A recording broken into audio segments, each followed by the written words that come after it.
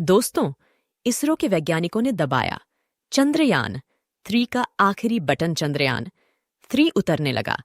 चांद की धरती पर 17 अगस्त के दिन जब सारे लोग सो रहे थे, तभी इसरो के वैज्ञानिक चंद्रयान पर नजर लगाए बैठे थे। करीब आधी रात में दबाया आखिरी बटन, जिसे देख भारत के खिलाफ षड्यंत्र रचने वाला चीन भी हुआ हैरान। साथियों, रूस अपना लूनर 25 को छोड़कर यह सोच रहा होगा कि शायद भारत इससे डर जाएगा, लेकिन इसरो को इससे कोई फर्क नहीं पड़ा, बल्कि उन्होंने तो ट्वीट करके रूस को बधाई दी है और कहा है कि चलो चांद पर मिलेंगे, जहां चंद्रयान 3 इस वक्त चांद की कक्षा में परिक्रमा कर रहा है।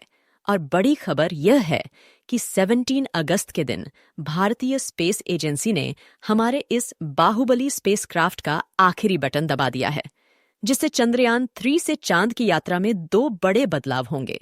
दरअसल 5 अगस्त के दिन इसरो के वैज्ञानिकों ने चंद्रयान 3 को चांद के गुरुत्वाकर्षण की ओर धकेल दिया था और उस दौरान चंद ने अपनी 164 किलोमीटर इन 1872 किलोमीटर की अंडाकार कक्षा में पकड़ लिया था, जिसके बाद समय समय पर लूनर ऑर्बिटर परफॉर्म करके लगातार की कक्षा को घटाया जा रहा था।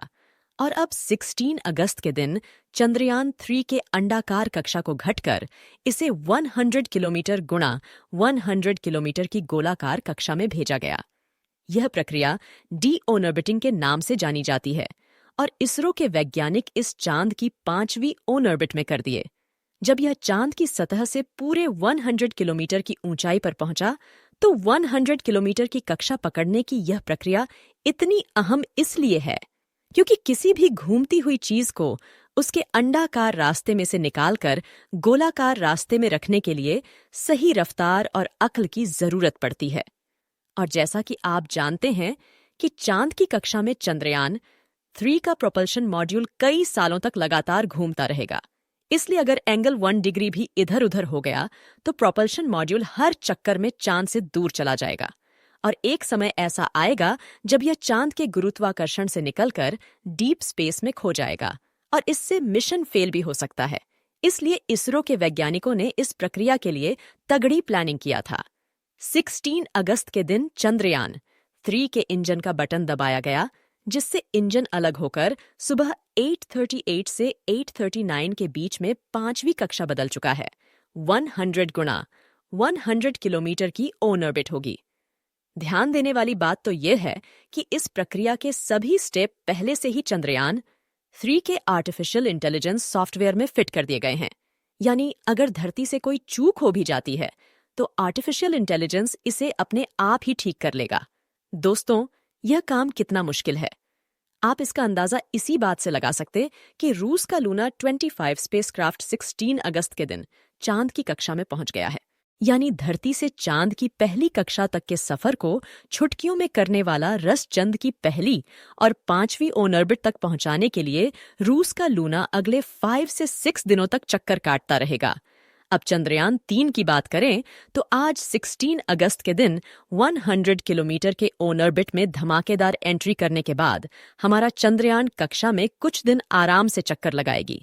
लेकिन उससे पहले 17 अगस्त को इसी कक्षा में चक्कर लगाते हुए चंद्रयान 3 का प्रोपल्शन मॉड्यूल इसके लैंडर मॉड्यूल से अलग हो गया।